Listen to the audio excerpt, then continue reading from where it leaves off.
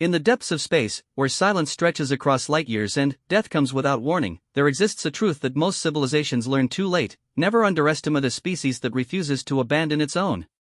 The Galactic Council had written off humanity after the Zorathi invasion decimated Earth's colonies.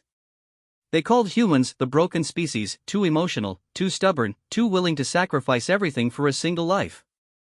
What they didn't understand was that this wasn't humanity's weakness. It was their greatest weapon. When Captain Sarah Chen found herself face to face with a dying alien warrior whose people had once tried to exterminate her species, she had a choice.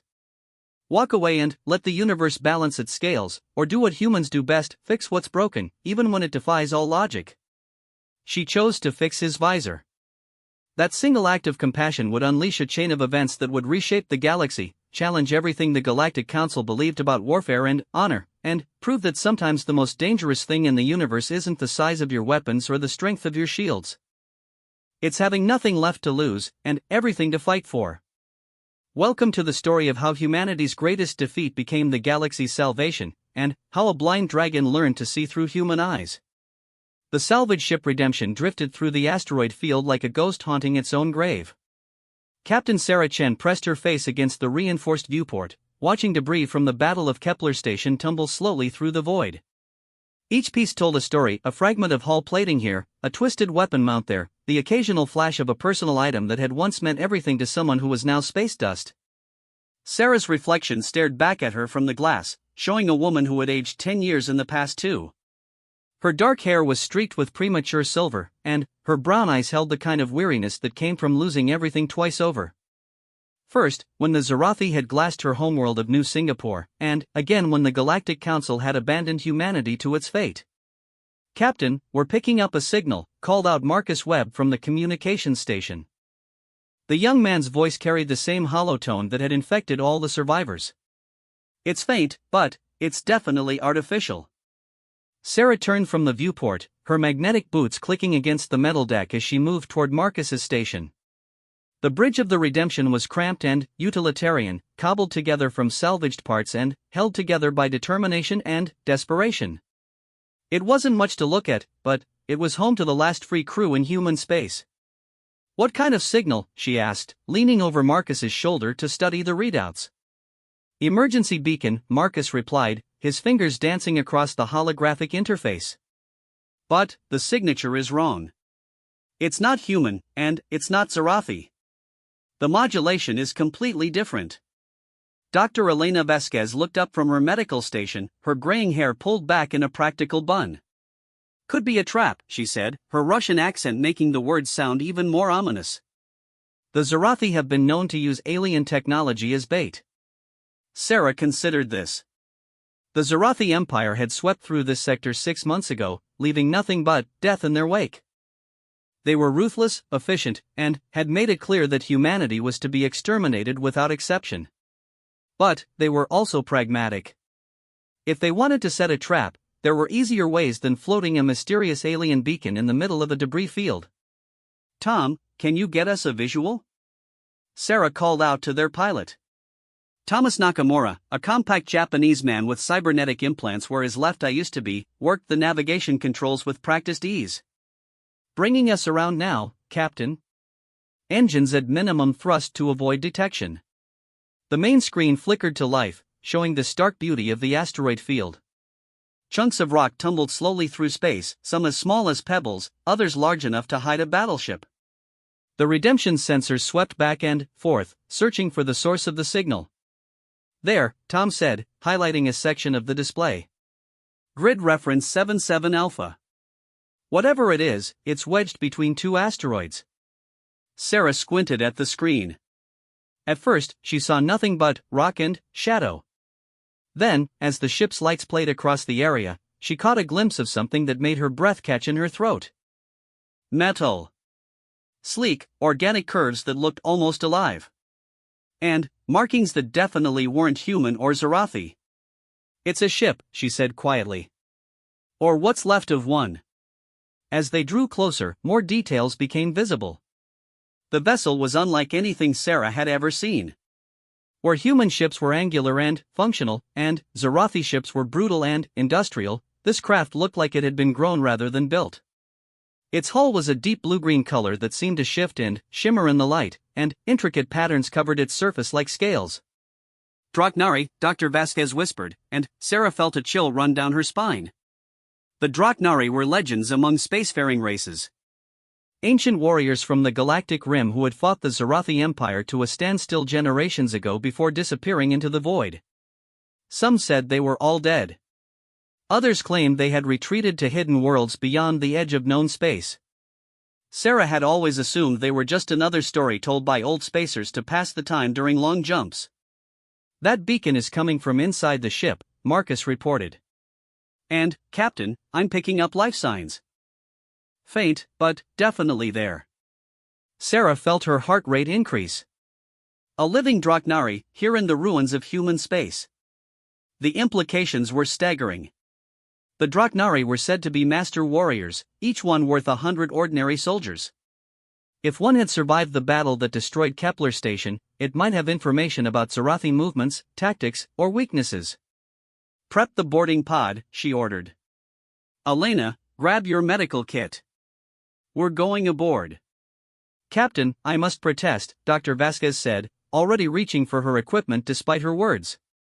The Draknari have a reputation for violence. Even if this one is injured, it could still be extremely dangerous. Sarah was already moving toward the airlock. Everything's dangerous these days, document. At least this might be dangerous in our favor. The boarding pod was little more than a reinforced tube with maneuvering thrusters and a basic life support system. Sarah and Elena strapped themselves in as Tom carefully guided them toward the alien ship. The approach was nerve-wracking, threading between asteroids that could crush their tiny craft without slowing down. Docking clamps engaged, Tom's voice crackled through the comm system. Atmosphere seal is good. You're clear to board. The airlock opened onto a corridor that seemed to pulse with its own inner light. The walls were covered in the same scale-like patterns as the exterior, and the air had a strange, ozone-like smell that made Sarah's nose tingle. Emergency lighting cast everything in a blue-green glow that made their surroundings feel alien and beautiful at the same time. Bioluminescent panels, Dr. Vasquez observed, running her scanner along the walls. The entire ship appears to be partially organic. Fascinating. They followed the corridor deeper into the ship, guided by the increasingly strong signal from the emergency beacon. The Draknari vessel was larger than it had appeared from the outside, with multiple levels connected by ramps rather than stairs. Everything was sized for beings considerably larger than humans, forcing Sarah and Elena to look up at control panels and doorways designed for giants. The beacon led them to what appeared to be the ship's bridge. The space was dominated by a massive command chair surrounded by holographic displays that flickered weakly in the damaged ship's failing power grid. And, slumped in that chair, motionless and, apparently dead, was their first living Draknari. The being was exactly what Sarah had expected and nothing like she had imagined. Nearly 3 meters tall even seated, with broad shoulders and a powerful frame that spoke of incredible strength. Its skin was the same blue-green as the ship's hull, covered in natural armor plating that looked like overlapping scales. But what drew Sarah's attention was the creature's head. The Draknari's face was angular and predatory, with a pronounced jaw and teeth that were clearly designed for tearing flesh. Its eyes were closed, but Sarah could see that they were large and placed forward on the skull like a predator's. Most striking of all was the elaborate helmet it wore, a technological marvel that seemed to merge seamlessly with the creature's natural features. Dragon, Elena whispered, and Sarah understood immediately why humans had given them that name. There was something primal and terrifying about the being that triggered ancient memories buried deep in human DNA. Is it alive? Sarah asked, though she was already moving closer to get a better look. Elena was scanning with her medical equipment, frowning at the readings. Barely. Its life signs are extremely weak, and there's significant trauma to the head and chest. But, Captain, look at this. Sarah followed Elena's gaze to the Draknari's helmet. What she had initially taken for decorative elements were actually sophisticated technological components. Fiber optic cables ran through intricate channels carved into the armor, connecting to nodes that pulsed weakly with fading light. But several of the connections were severed, and a large crack ran across the visor that covered the creature's eyes. "It's not just a helmet," Elena said. "It's some kind of sensory enhancement system. And it's badly damaged." As if responding to their presence, the Draknari stirred slightly. Its massive head turned toward them, and, for a moment, Sarah thought she saw its eyes open behind the cracked visor. But then, it went still again, and the faint lights in its helmet dimmed even further. The beacon, Sarah realized. It's not just a distress call. The helmet is using it to maintain minimal function, but it's failing. Elena was already unpacking her medical kit, though she looked uncertain about how to apply human medical knowledge to an alien physiology.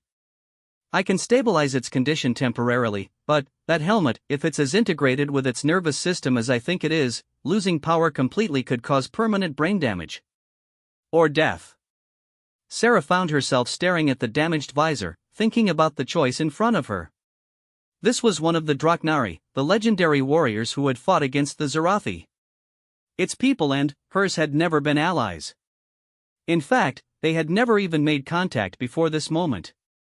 She owed this creature nothing. But, as she looked at the broken warrior slumped in its command chair, all she could see was another survivor of the Zarathi war machine. Another being who had lost everything to an enemy that showed no mercy and accepted no surrender. "Tom," she said into her calm unit. "Bring the ship around and dock directly with the alien vessel. We're going to need to access our workshop." "Captain?" Tom's voice was puzzled. "What are you thinking?" Sarah was already studying the damaged helmet more closely, her engineer's mind cataloging the broken connections and severed power feeds. It was incredibly advanced technology, far beyond anything humanity had developed. But the basic principles were similar to the cybernetic implants used by human pilots and soldiers. She might not understand how it worked, but she could see how it was supposed to work. "I'm thinking," she said, pulling tools from her belt, "that we're going to fix his visor." Elena looked at her as if she had lost her mind.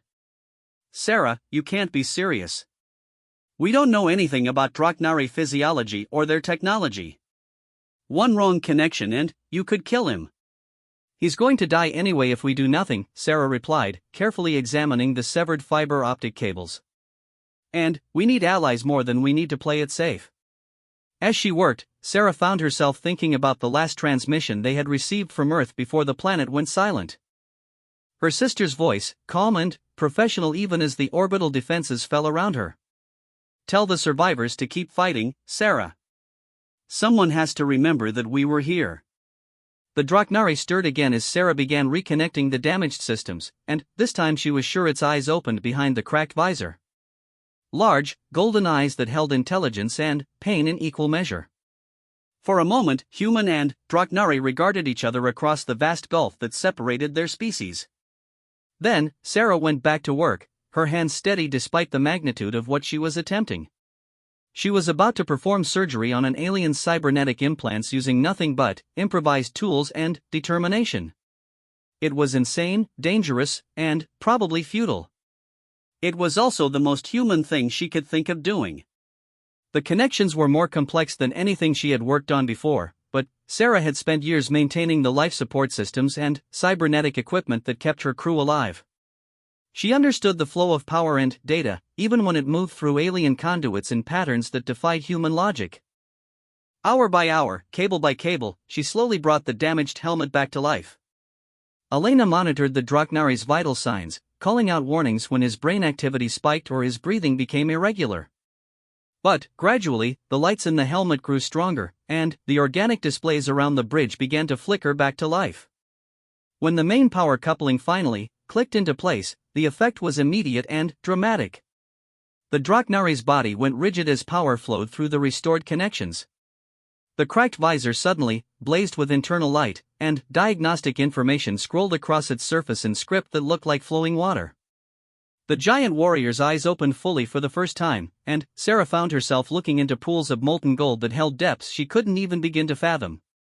The Draknari sat up slowly, his movements careful and controlled despite the obvious pain he was experiencing.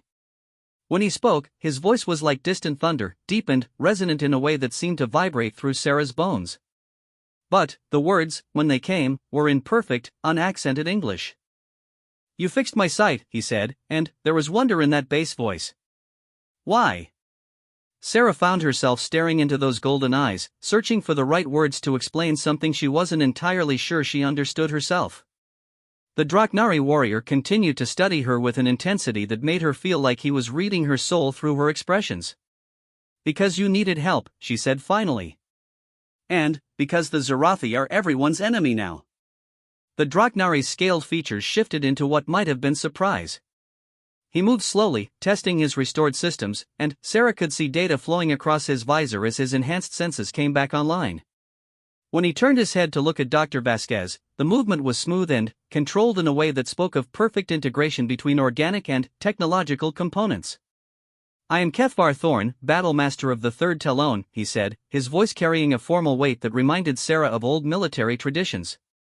"I was pursuing a Zarathi infiltration fleet when they ambushed my ship in this system. My crew." He paused, and Sarah saw pain flicker across those alien features. "My crew died protecting the evacuation routes to the Rim worlds." Dr. Vasquez stepped forward, her medical scanner still active. "Your injuries are extensive, Battlemaster. Internal trauma, severe concussion, and what appears to be neural feedback damage from your helmet being damaged. You should be dead." Kethvar's scaled head turned toward Elena, and Sarah caught a glimpse of something that might have been amusement. "Draknari do not die easily, honored healer. And my ancestors would not forgive me if I passed into the void while my enemies still drew breath." Sarah felt a chill at those words. There was something in the way he said them, a casual acceptance of violence that reminded her why the Draknari were feared throughout the galaxy. But there was also honor there, and a sense of duty that she recognized from her own military training. "The Zarathi fleet that ambushed you," Sarah said. "How many ships? What class?" Kethvar's visor flickered as he accessed his ship's memory banks. 4 vessels. 2 heavy cruisers, designated as Ravager class, and 2 support ships carrying boarding troops and interrogation specialists. They were not merely hunting me, they were gathering intelligence about refugee movements and remaining military assets. The implications hit Sarah like a physical blow. The Zarathi weren't just content with destroying human civilization. They were hunting down the survivors, making sure that no pocket of resistance could form in the outer systems. And if they were using specialized interrogation ships, it meant they were capturing prisoners. "We have to warn the colonies," she said, turning toward her comm unit. "Captain," Marcus's voice crackled through the ship's intercom. "We're picking up hyperspace signatures. Multiple contacts, bearing 07 Mark IV. They're big, and they're coming in fast." Sarah felt her blood turn to ice. "How many?" "4 ships, Captain. 2 large, 2 smaller. And they're broadcasting Zarathi identification codes." The bridge of the alien ship suddenly blazed with activity as Kethvar's restored systems came fully online.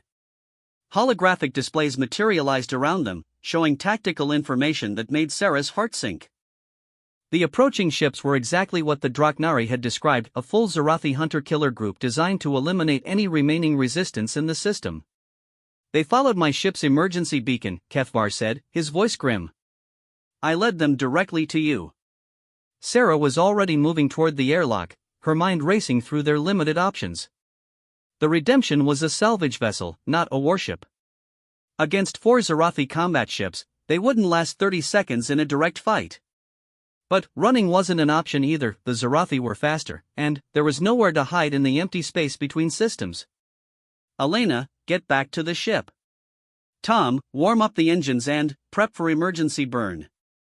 "Wait," Kethvar said, and something in his tone made Sarah pause. "Your ship, what are its capabilities?" "Salvage vessel," Sarah replied quickly. "Light armor, basic shields, industrial cutting lasers, and a prayer. Nothing that can handle a Zarathi battle group."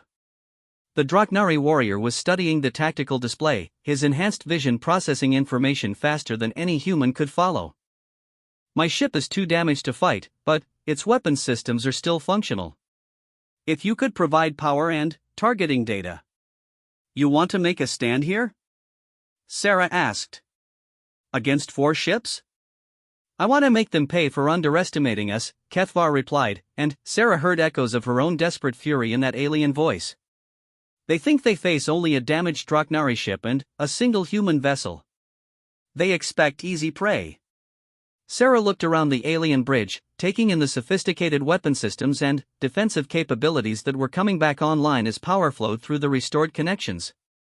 The Draknari ship was damaged, but it was still a purpose-built warship designed by a race that had fought the Zarathi to a stalemate. What do you need from us? She asked. Kethvar's visor flashed as he ran calculations. Your ship's power grid, routed through my auxiliary systems. And someone who can think like a human rather than a warrior. The Zarathi understand Draknari tactics, but they have never faced a human Draknari alliance. Dr. Vasquez grabbed Sarah's arm. This is madness. We should run while we still can. Run where? Sarah asked. They'll catch us before we can reach hyperspace, and even if we escape, they'll just hunt down more survivors. At least here we have a chance to hurt them. She activated her comm unit. Tom, dock us with the alien ship's auxiliary port. Marcus, start transferring power from our reactors to their grid. We're making a stand. The next few minutes were a blur of activity as the human crew worked to integrate their ship's systems with alien technology. It should have been impossible, but the Draknari ship's AI seemed to anticipate their needs, adapting its interfaces to accept human power feeds and data connections. Kethvar moved through his bridge like a force of nature, his massive hands dancing over controls that responded to his touch with liquid grace.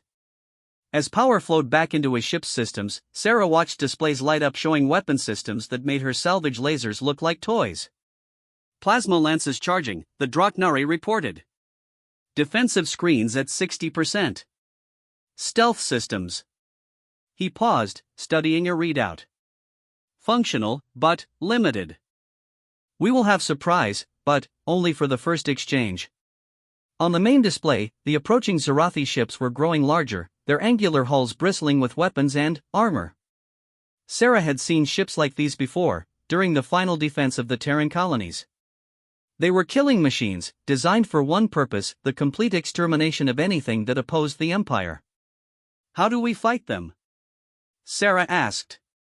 Kethvar turned to her, and, in his golden eyes she saw a reflection of her own desperation transformed into something harder and more focused. The Zarathi fight with overwhelming force and perfect coordination. They expect their enemies to either flee or meet them head-on. We will do neither. His clawed fingers moved over the tactical controls, highlighting the asteroid field around them. We use the environment. Draw them in, separate them, make them fight on our terms rather than theirs. Sarah studied the display, her engineer's mind beginning to see the possibilities.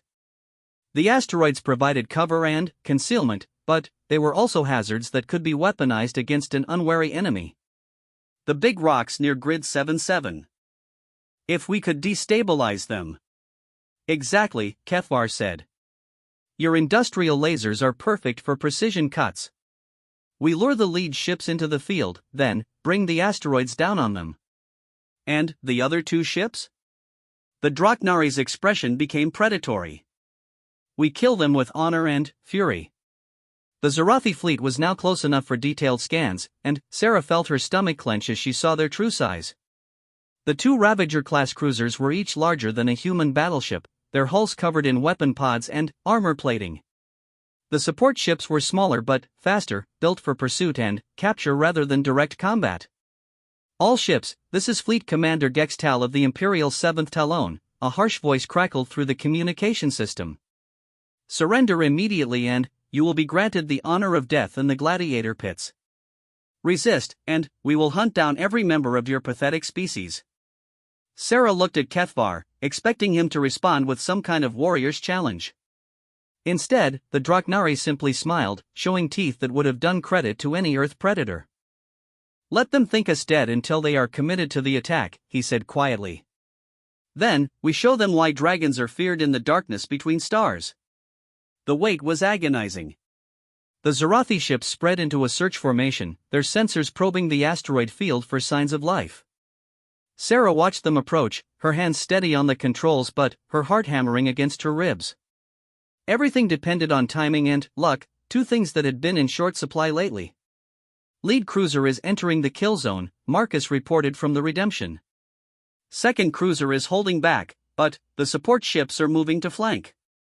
Wait, Kethvar said, his voice perfectly calm. Wait. On the display, the lead Zarathi ship pushed deeper into the asteroid field, its massive bulk dwarfing the rocks around it.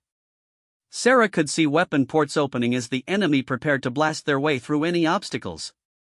Now, Kethvar whispered. Sarah triggered the industrial lasers, their coherent light invisible in the vacuum but devastating to the precisely calculated stress points in the largest asteroids. For a moment, nothing happened. Then, with majestic slowness, massive chunks of rock began to shift and tumble. The lead Zarathi ship tried to reverse course, but physics is an impartial master. Hundreds of tons of stone crashed into its hull, overwhelming shields and crushing armor plating. The cruiser's death scream echoed across the communication frequencies as it disappeared beneath an avalanche of debris. One down, Sarah breathed. But the remaining ships were already adapting, spreading out to avoid the collapsing asteroids and bringing their weapons to bear on the source of the attack. The second cruiser opened fire with everything it had, plasma bolts and missile salvos lighting up the space around the concealed alien ship. Kethvar's hands moved across his controls with deadly precision. The Draknari ship's stealth systems failed as it returned fire, but its weapons were magnificent instruments of destruction. Plasma lances reached out like the breath of an ancient dragon, punching through enemy shields and carving molten scars in armored hulls. Support ship moving to intercept, Dr. Vasquez called out from her position monitoring enemy movements. It's launching boarding pods. Sarah felt her blood run cold. Zarathi boarding troops were the stuff of nightmares, engineered for close combat and equipped with weapons designed to cause maximum suffering. If they reached the ships. Tom, undock us from the alien ship, she ordered. We need to intercept those boarding pods. Captain, the Redemption isn't a combat vessel, Tom protested. Today it is, Sarah replied grimly. The human ship disengaged from the Draknari vessel and accelerated toward the incoming boarding pods, its industrial lasers charging for combat. It wasn't much of a warship, but it was fast and maneuverable, and Sarah had learned to fight dirty during the long retreat from Earth. Behind them, Kethvar continued his deadly dance with the Zarathi cruiser, trading devastating blows while maneuvering through the asteroid field like his ship was alive. The Draknari fought with a combination of tactical brilliance and primal fury that made Sarah understand why his people were legendary. The boarding pods were sleek, predatory shapes designed to punch through enemy hulls and deliver their deadly cargo. Sarah lined up her targeting computers and opened fire, watching with satisfaction as industrial cutting beams designed to slice through salvaged metal made short work of military armor. 3 pods died in bright explosions, but the fourth made it past her defensive fire. Instead of targeting the Redemption, it changed course toward the Draknari ship, its pilot apparently deciding that the bigger threat needed to be eliminated first. Kethvar, you've got a boarding pod incoming, Sarah warned. Let them come, the Draknari replied, his voice carrying a terrible anticipation. I have been too long without proper combat. Sarah watched in fascination as the boarding pod attached itself to the alien ship's hull and began cutting through the armor plating. Within moments, Zarathi soldiers would be pouring into the corridors, expecting to find a damaged ship and an injured enemy. What they would find instead was a battlemaster of the Third Talon, armed with restored vision and burning with the need for vengeance. The sounds of combat echoed through the communication link, roars of rage, the discharge of energy weapons, and what might have been screaming. It lasted less than 3 minutes, and when it was over, Kethvar's voice came through the comm system, calm and satisfied. Boarding party eliminated. Returning to ship combat. The second Zarathi cruiser was damaged but still fighting, its commander apparently determined to avenge his fallen comrades. The ship's weapons hammered at the Draknari vessel's shields while the remaining support ship tried to maneuver for a killing shot. But the Zarathi had made a crucial mistake. They had underestimated not just the Draknari warrior's skill, but the determination of the humans who fought beside him. Sarah brought the Redemption around in a desperate attack run, using her ship's speed and small size to get inside the support vessel's weapon envelope. The industrial lasers weren't designed for ship-to-ship combat, but they were powerful enough to cut through armor when applied with surgical precision. Sarah targeted the enemy ship's engine pods, carving through the mounting points and sending the massive propulsion units spinning away into space. Crippled and helpless, the support ship became easy prey for Kethvar's plasma lances. The alien weapons reached out and touched the Zarathi vessel with fire, turning it into an expanding cloud of superheated gas and debris. That left only the second cruiser, damaged and alone but still dangerous. Its commander seemed to realize that the situation had turned against him, because the ship began to withdraw toward the edge of the system where it could safely enter hyperspace. "Should we let them go?" Sarah asked. Kethvar's response was immediate and final. "No." The damaged Draknari ship accelerated after the fleeing cruiser, its plasma lances reaching out across the growing distance. The chase was brief but spectacular, ending when the Zarathi ship's reactor containment failed under the combined stress of battle damage and desperate overacceleration. In the sudden silence that followed, Sarah found herself staring at the debris field that had once been four of the Empire's finest warships.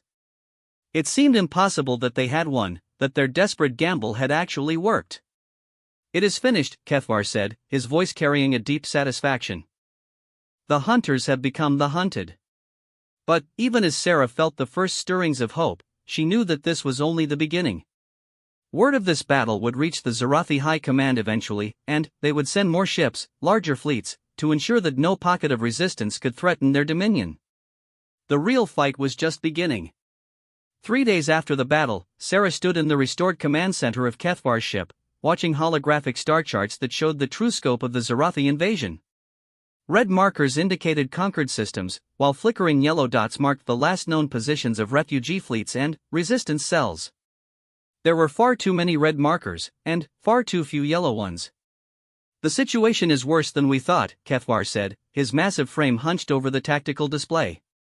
The repairs to his visor had restored more than just his sight, they had given him access to a vast network of Draknari intelligence assets scattered throughout the galaxy. The Empire has accelerated their timetable. They are not merely conquering systems, they are sterilizing them. Dr. Vasquez looked up from where she was cataloging medical supplies salvaged from the battlefield. "Sterilizing? You mean they're killing everyone?" "Worse," the Draknari replied.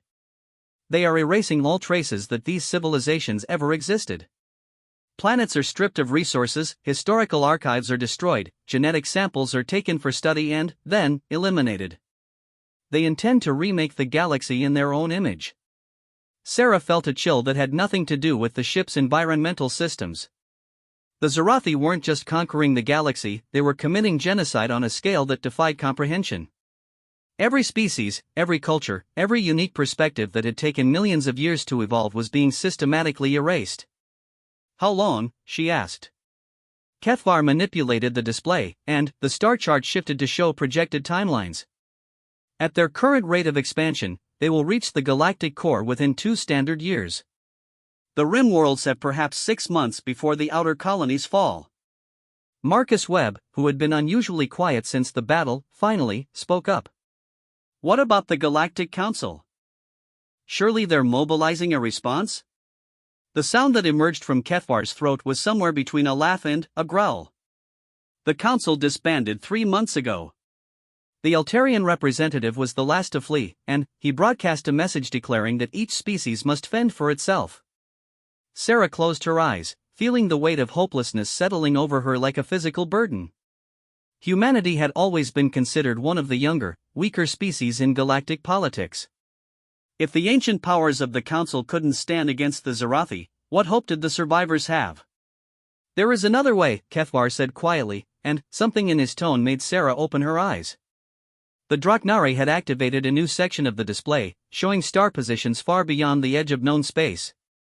The area was marked with symbols that seemed to shift and change as Sarah watched them, as if the information itself was somehow alive. "The Deep Archive," Kethvar explained. "A repository of knowledge and technology maintained by the first builders, the species who gave rise to galactic civilization before vanishing into the dark between stars. It has been sealed for over 1 million years, but the approach of the Zarathi threat may have triggered its awakening protocols." Tom Nakamura, who had been working on integrating human and Draknari navigation systems, looked up from his console. You're talking about legends, mythical stuff. The first builders are just stories told to children.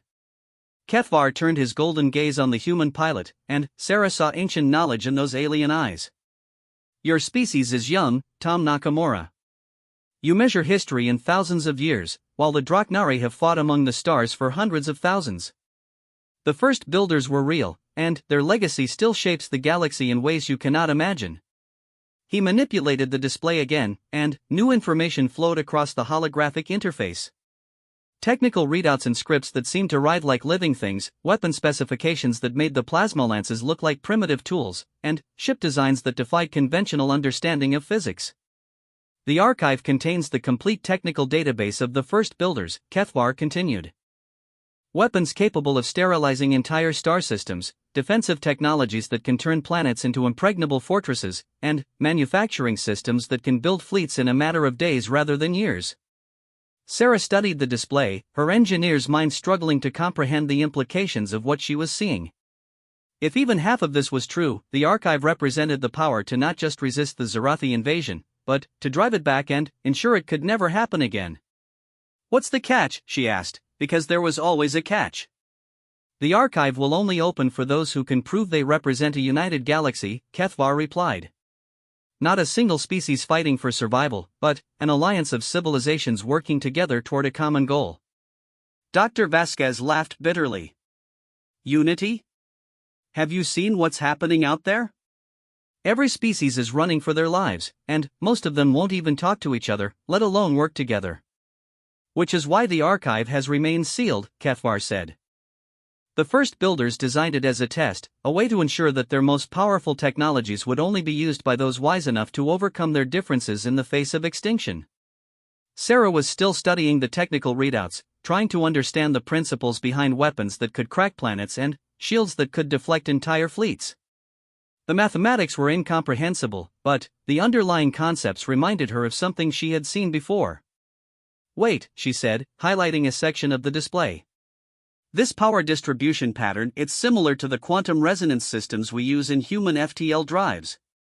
Different application, but the same basic theoretical framework.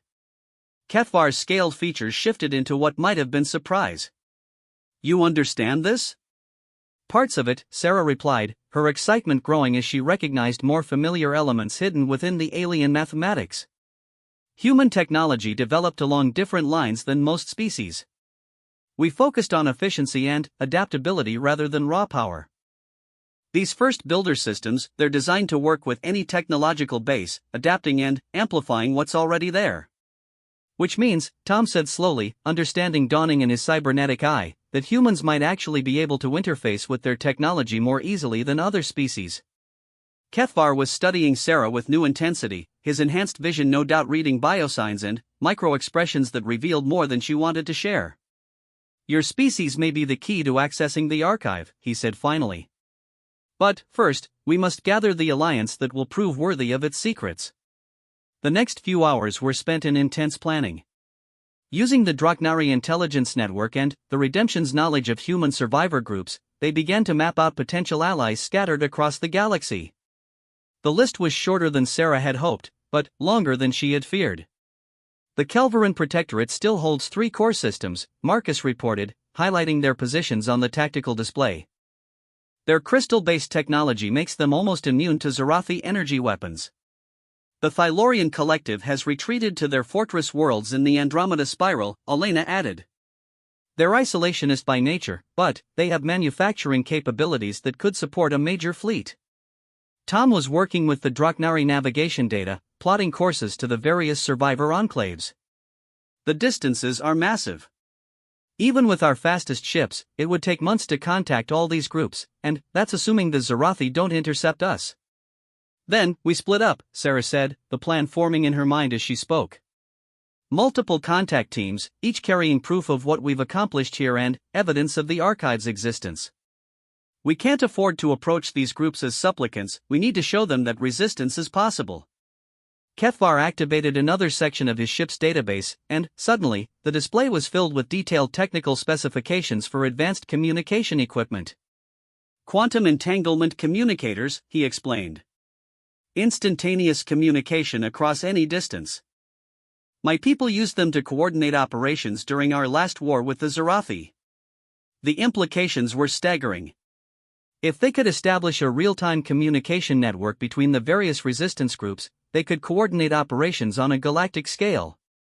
Shared intelligence, mutual support, synchronized attacks, all the things that had been impossible when each group was fighting alone in the darkness. How many communicators do you have? Sarah asked. 12 functional units, Kethvar replied. Enough to establish a basic network, but not enough to support a full alliance. Then, we'll have to choose our contacts carefully, Sarah said, studying the star chart with new eyes. Priority goes to groups with manufacturing capabilities, strategic resources, or specialized knowledge. We're not just building an alliance, we're building a war machine. Over the next day, they refined their plan until it resembled something that might actually work. The Redemption would carry a quantum communicator to the human survivor fleets in the Outer Rim, where scattered groups of refugees had banded together into a loose confederation. Kethvar would take his repaired ship to the Draknari exile clans, bringing word of the archive and calling them back to war. Additional teams would reach out to the Kelvering Crystal Cities, the Thylorian Fortress worlds, and the nomadic wanderer fleets that roamed the space between galaxies. Each contact would be a gamble, a chance to gain crucial allies or reveal their position to Zarathi infiltrators. There's something else, Kethvar said as they prepared to implement their plan. The archive will require more than just political unity. It demands a demonstration of tactical coordination, proof that the alliance can function as a single military entity. What kind of demonstration? Sarah asked, though she suspected she already knew the answer. A victory, the Draknari replied simply. Not just survival, not just successful retreat, but a clear tactical triumph that proves the alliance can threaten Zarathi interests. Sarah looked at the star chart again, noting the positions of Zarathi fleets and supply lines. Most of their forces were concentrated on the conquest fronts, pushing deeper into civilized space. But their supply chain stretched across hundreds of light-years, carrying the resources needed to fuel their war machine. A supply depot, she said, highlighting a Zarathi logistics base in a strategically important system. If we could hit one of their major facilities, capture their intelligence data, maybe free some prisoners. The Nexus station at Corellon Prime, Kethvar said, his golden eyes focusing on the same target Sarah had identified. A major logistics hub supporting their advance into the spiral arm. It would be heavily defended, but the intelligence value would be immense. Dr. Vasquez looked up from her medical supplies, her expression skeptical. You're talking about assaulting a fortified Zarathi position with whatever ships we can scrape together from refugee fleets. That's not a demonstration of tactical coordination, that's suicide. Not if we do it right, Sarah replied, her mind already working through the possibilities. The Zarathi expect their enemies to either run or fight conventionally. We've already proven that unconventional tactics can work. Kethvar was studying the technical data on Nexus Station, his enhanced vision processing information faster than any human computer. The station has defensive systems designed to repel fleet attacks, but they rely on overlapping fields of fire and centralized coordination. If we could approach from multiple vectors simultaneously, hit and run attacks to draw off the mobile defenses, Sarah continued, seeing the pattern. Then, a concentrated assault on the command center while their response is fragmented.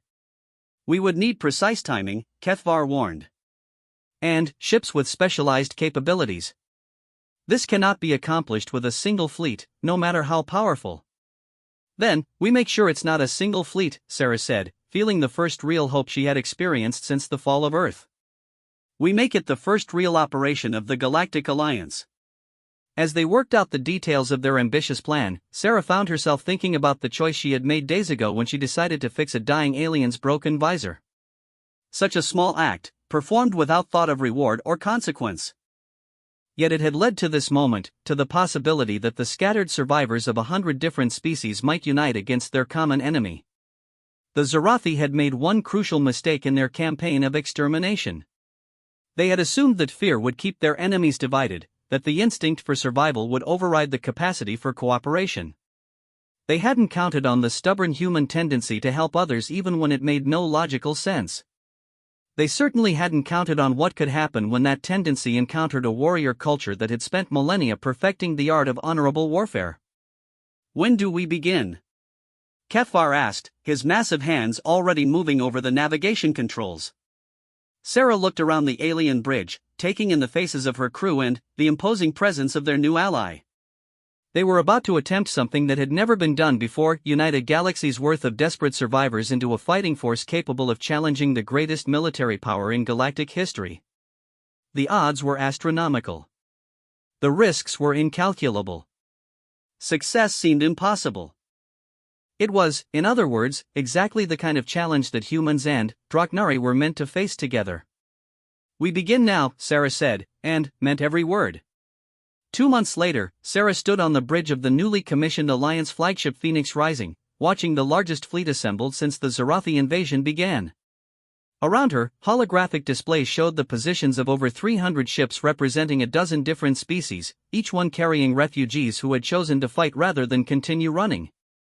The fleet was a patchwork of different technologies and tactical doctrines that should have been impossible to coordinate effectively. Kelverin crystal ships that phased in and out of normal space, Thylorian manufacturing vessels that could build fighters and ammunition in real time, Draknari heavy cruisers bristling with plasma weaponry, and human ships modified with salvage technology from a dozen different sources. "Final approach vectors confirmed," reported Commander Zixtal, a Kelverin whose crystalline body reflected the bridge lighting in prismatic patterns. "All ships report ready for coordinated assault." Sarah nodded, though her attention was focused on the tactical display showing their target. Nexus Station at Corellan Prime was even more heavily fortified than their initial intelligence had suggested. The Zarathi had turned the entire system into a fortress, with orbital defense platforms, minefields, and a permanent garrison of 2 full battle fleets. "Intelligence update from the infiltration team," announced Dr. Vasquez, who had volunteered to coordinate the operation's medical and prisoner recovery aspects. "The station is holding over 10,000 prisoners from 17 different species. The Zarathi are using them for weapons testing and biological experiments." A low growl rumbled through the bridge as Kefvar heard this report. The Draknari warrior had become the Alliance's de facto military commander, his strategic genius and personal charisma helping to unite the disparate species under a single command structure. "Then, we ensure they do not suffer one moment longer than necessary," he said, his golden eyes fixed on the enemy positions. "All units, final systems check. Operation Dragonfire begins in 15 minutes. The plan they had developed was audacious to the point of insanity, requiring split-second timing and perfect coordination between forces that had never worked together before.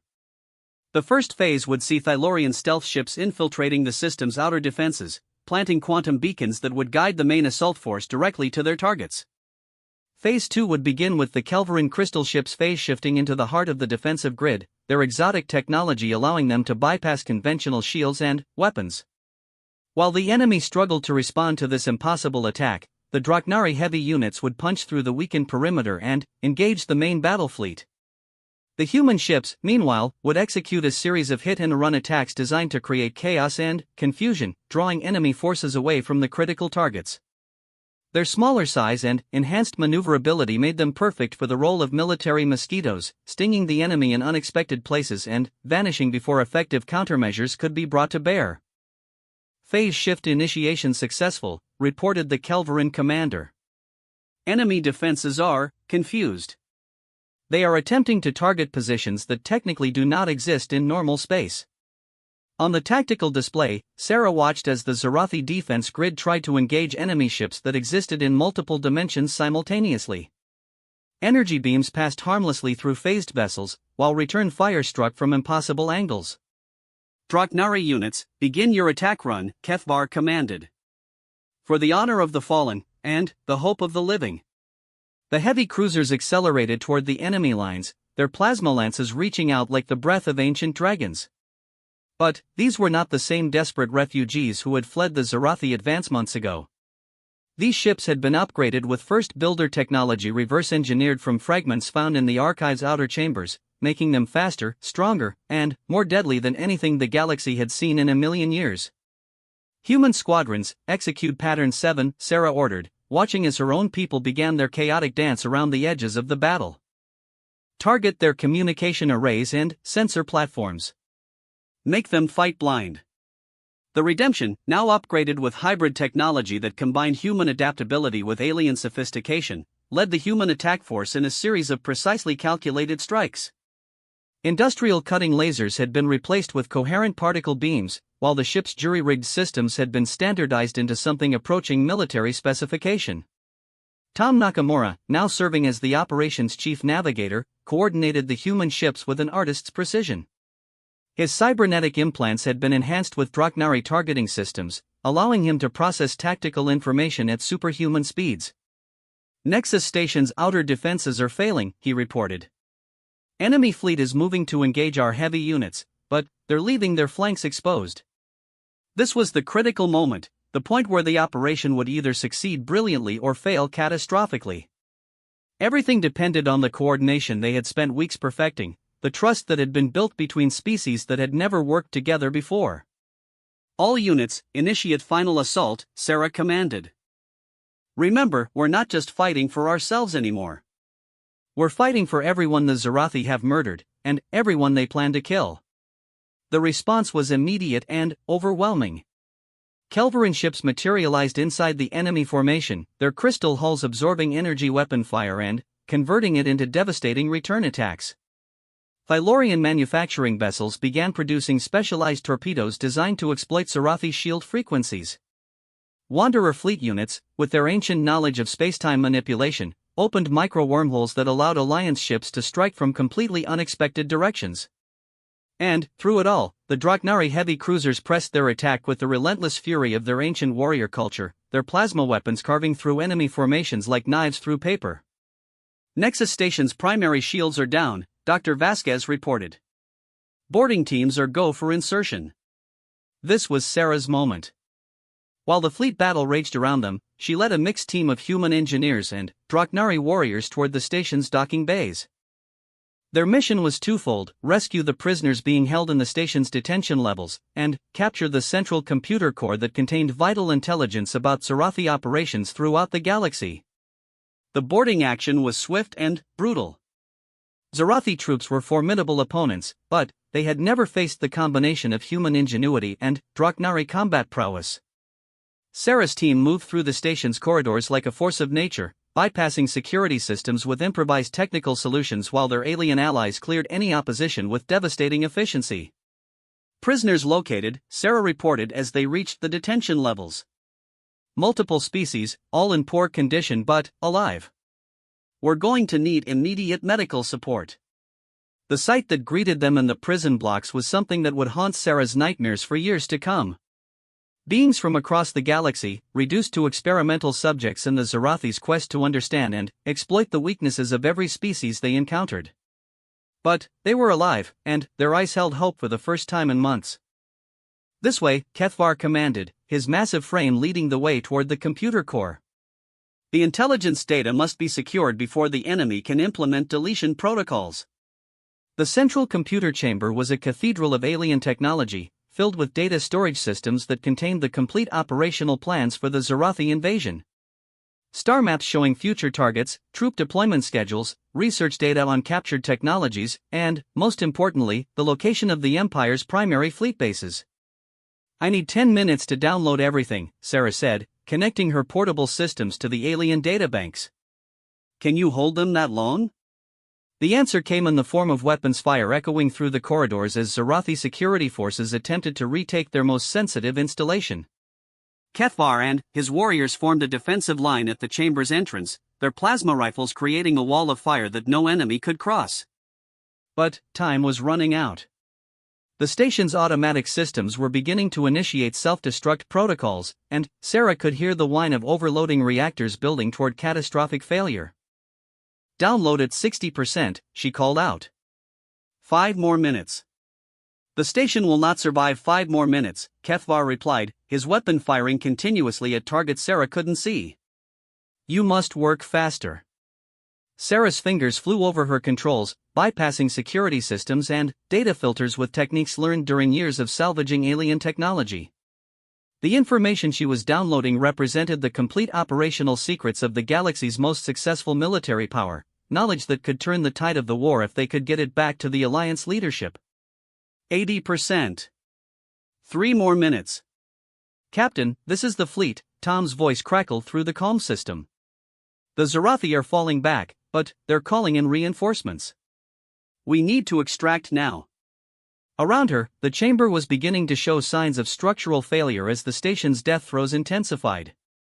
Emergency lighting flickered, gravity fluctuated, and the air itself seemed to vibrate with barely contained energy. 95%. Just a little longer. The final moments stretched like hours as Sarah fought to complete the download while reality crumbled around her. At the very last second, as alarms screamed warnings of imminent reactor failure, she disconnected her systems and turned toward the exit. Done. Everyone out, now. The retreat from the station was a controlled sprint through collapsing corridors and failing life support systems. They reached the docking bay with seconds to spare, launching their boarding craft just as the Nexus station's reactors achieved critical mass and turned the facility into a brief new star. All units, jump to hyperspace, Sarah commanded as they rejoined the main fleet. Mission accomplished. The transit to hyperspace was smooth and efficient, a testament to the coordination the Alliance had achieved in just 2 months of intensive training. As the stars elongated into lines and the fleet entered the safety of FTL travel, Sarah allowed herself to feel the first real victory she had experienced since the war began. They had done more than just strike a blow against the Zarathi Empire. They had proven that the Alliance could function as a unified military force, that species which had spent millennia as strangers or enemies could work together toward a common goal. Intelligence analysis confirms the value of the captured data, Dr. Vasquez reported as they reviewed their haul from the station's computers. We now have complete operational plans for the next 6 months of Zarathi expansion, including the locations of their primary fleet bases and manufacturing centers. Kefvar was studying the star charts with the intensity of a predator planning its next hunt. This information will allow us to anticipate their movements and strike at targets they believe are secure. We can turn their own operational plans against them. But, even as they celebrated their success, Sarah knew that this was just the beginning. The Zarathi would respond to this defeat with increased aggression, and the Alliance would need to be ready for retaliation on a scale they had never faced before. How long until they realize what we've taken? She asked. The data theft will be discovered within hours, Kefvar replied. Full analysis of what we acquired will take them perhaps a day. After that. He paused, his golden eyes reflecting the tactical displays. After that, they will know that we represent a true threat to their expansion. Which means they'll come after us with everything they have, Tom added grimly. Sarah nodded, understanding the implications. The Alliance had crossed a line today, transforming themselves from scattered refugees into an organized resistance force. The Zarathi could no longer afford to ignore them or assume they would simply fade away. Then, we better be ready, she said, calling up the communication system that connected them to Allied fleets throughout the galaxy. Because the real war starts now. As messages began flowing between the various Alliance commanders, coordinating their response to the inevitable Zarathi retaliation, Sarah found herself thinking about the strange chain of events that had brought them to this point. A broken alien warrior, a damaged visor, and a human engineer's stubborn refusal to give up hope. Such small things, in the vast scope of galactic warfare. But, sometimes the smallest acts of compassion could grow into something that changed the course of history itself. The alliance they had built was fragile, held together by shared desperation and the hope of something better. But, it was real, and it was growing stronger with each passing day. Soon, it would be time to find out if that strength was enough to challenge an empire that had conquered half the galaxy. 6 months after the destruction of Nexus Station, Sarah stood before the most diverse gathering in galactic history. Representatives from 47 species filled the great chamber that had been carved into the heart of Sanctuary Station, a mobile command base built using technologies that blended the best innovations from every member of the Alliance. The station itself was a marvel that would have been impossible without the cooperation they had achieved. Kelverin phase shift technology allowed it to exist partially outside normal space, making it effectively invisible to conventional sensors. Phylorian manufacturing systems produced everything from ammunition to entire starships. Human adaptability had found ways to make incompatible technologies work together, while Draknari tactical expertise had turned the entire structure into an impregnable fortress. "The archive has responded to our request," Sarah announced, her words carrying to every corner of the chamber through translation systems that converted her speech into dozens of different languages simultaneously. "After analyzing our actions over the past months, the first builders' automated systems have judged us worthy of a preliminary access." A murmur of excitement rippled through the assembled representatives. The Deep Archive had become something of a legend among the Alliance forces, a promised land of advanced technology that could level the playing field against the Zarathi Empire. But, until now, it had remained frustratingly out of reach. Kethvar stepped forward, his massive presence commanding immediate attention from every being in the chamber. In the months since their first meeting, the Draknari warrior had become more than just a military commander. He had evolved into something approaching a galactic statesman, his personal honor and tactical brilliance helping to bridge the gaps between species that had very different concepts of warfare and cooperation. "The Archive's Guardian intelligence has granted us access to the outer data chambers," he said, his deep voice carrying easily through the translation systems. "We have been permitted to download basic technical specifications for defensive technologies, improved manufacturing systems, and enhanced communication networks." Dr. Vasquez, now serving as the Alliance's chief medical officer, raised her hand to speak. "What about the deeper levels? The weapon systems and strategic technologies we'll need to actually defeat the Zarathi?" "Those remain sealed," Kethvar admitted. "The Guardian intelligence requires further proof of our unity and tactical effectiveness. We have demonstrated that we can work together, but we have not yet proven that we can win." Sarah understood the implication immediately. The first builders had designed their archive as more than just a weapons cache. It was a test, a way of ensuring that their most dangerous technologies would only be used by beings mature enough to handle the responsibility. "What kind of proof does it want?" asked Commander Thys Sarah of the Wanderer fleets, her ancient eyes holding wisdom accumulated over centuries of space travel. "A decisive victory against Zarathi forces," Sarah replied, calling up a holographic display that showed the current state of the Galactic War.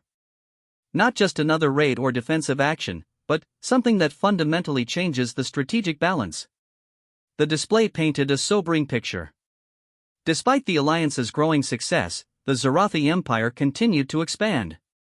Their industrial base was vast, their military doctrine was proven effective, and they had responded to the Alliance's raids with increased aggression that had cost both sides enormous casualties.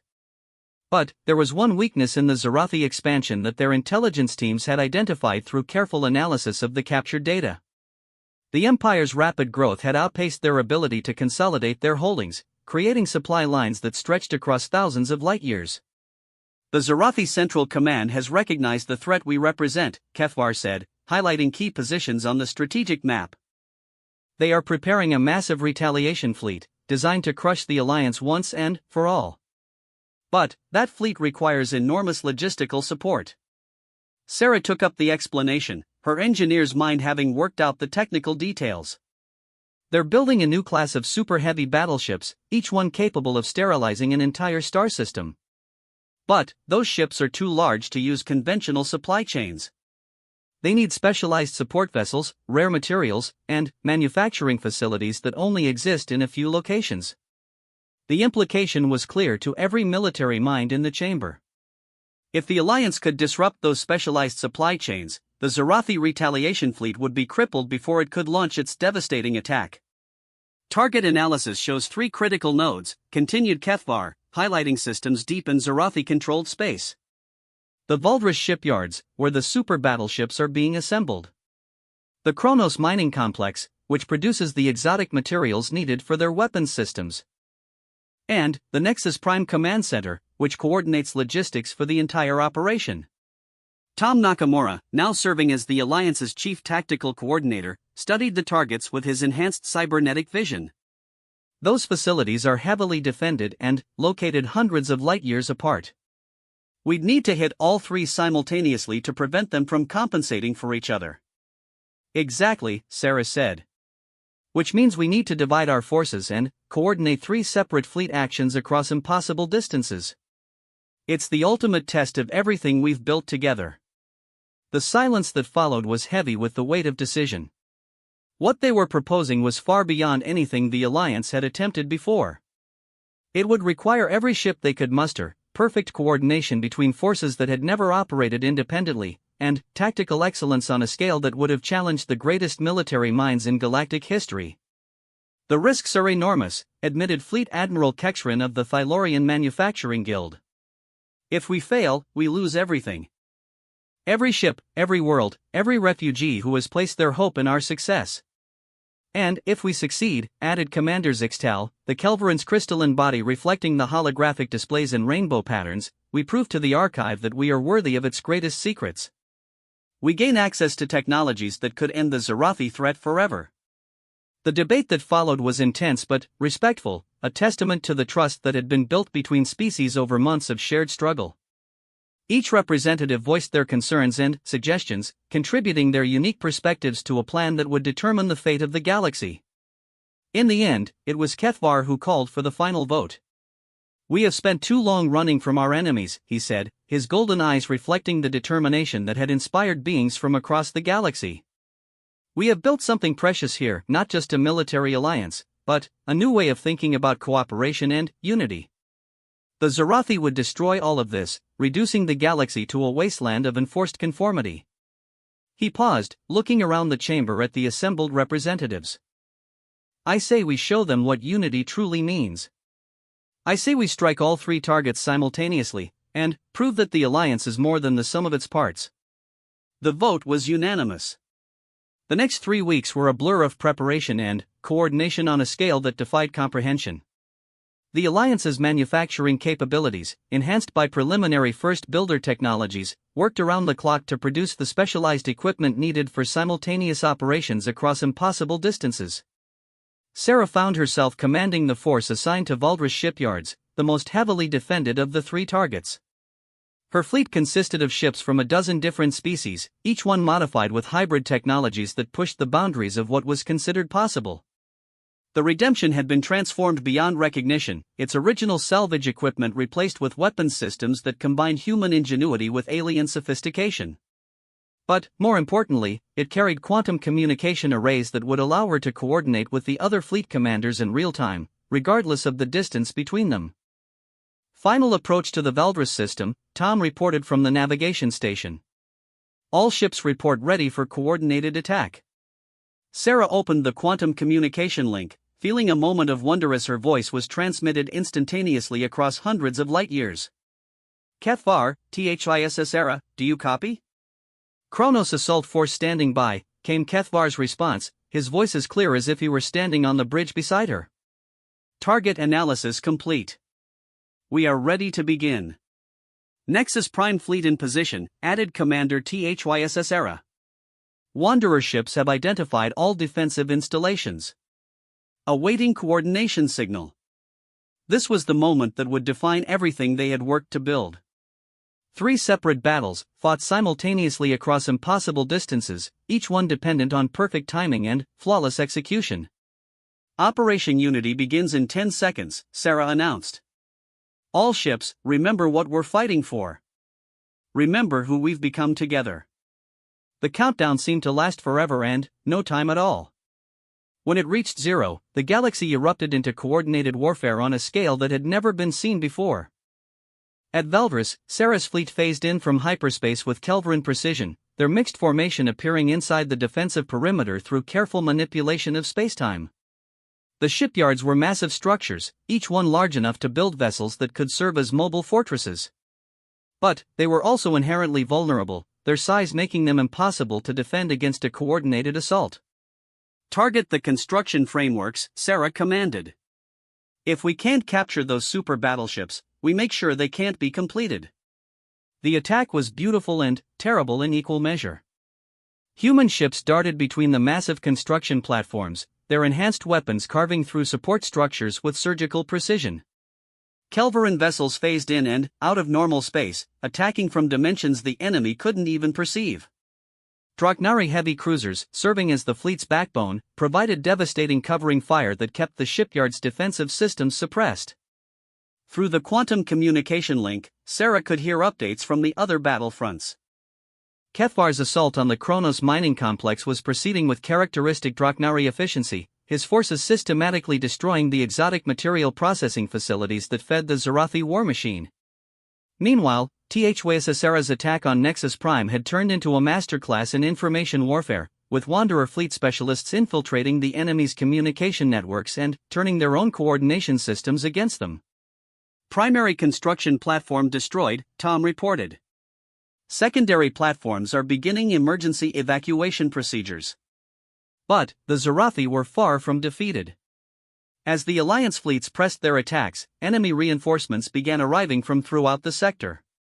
This was what Sarah had feared most, that the simultaneous nature of their assault would prevent them from concentrating their forces against enemy counterattacks.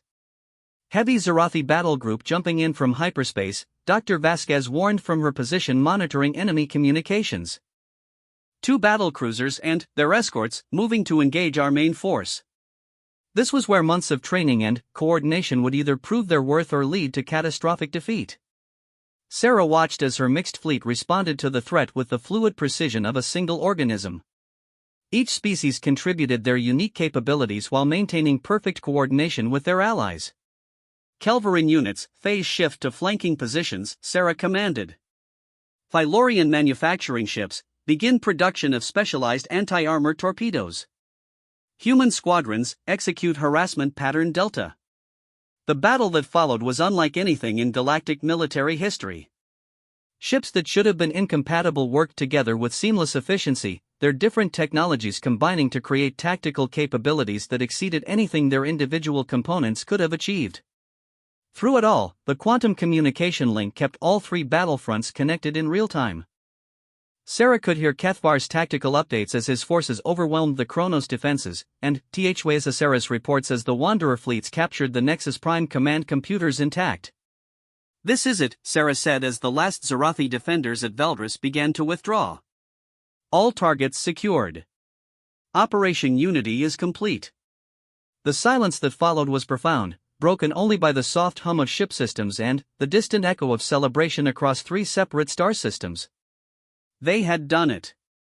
The Alliance had conducted simultaneous fleet operations across impossible distances, proving that their unity was more than just political cooperation.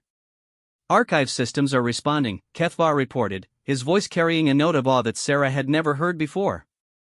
The Guardian intelligence has analyzed our tactical performance and deemed us worthy.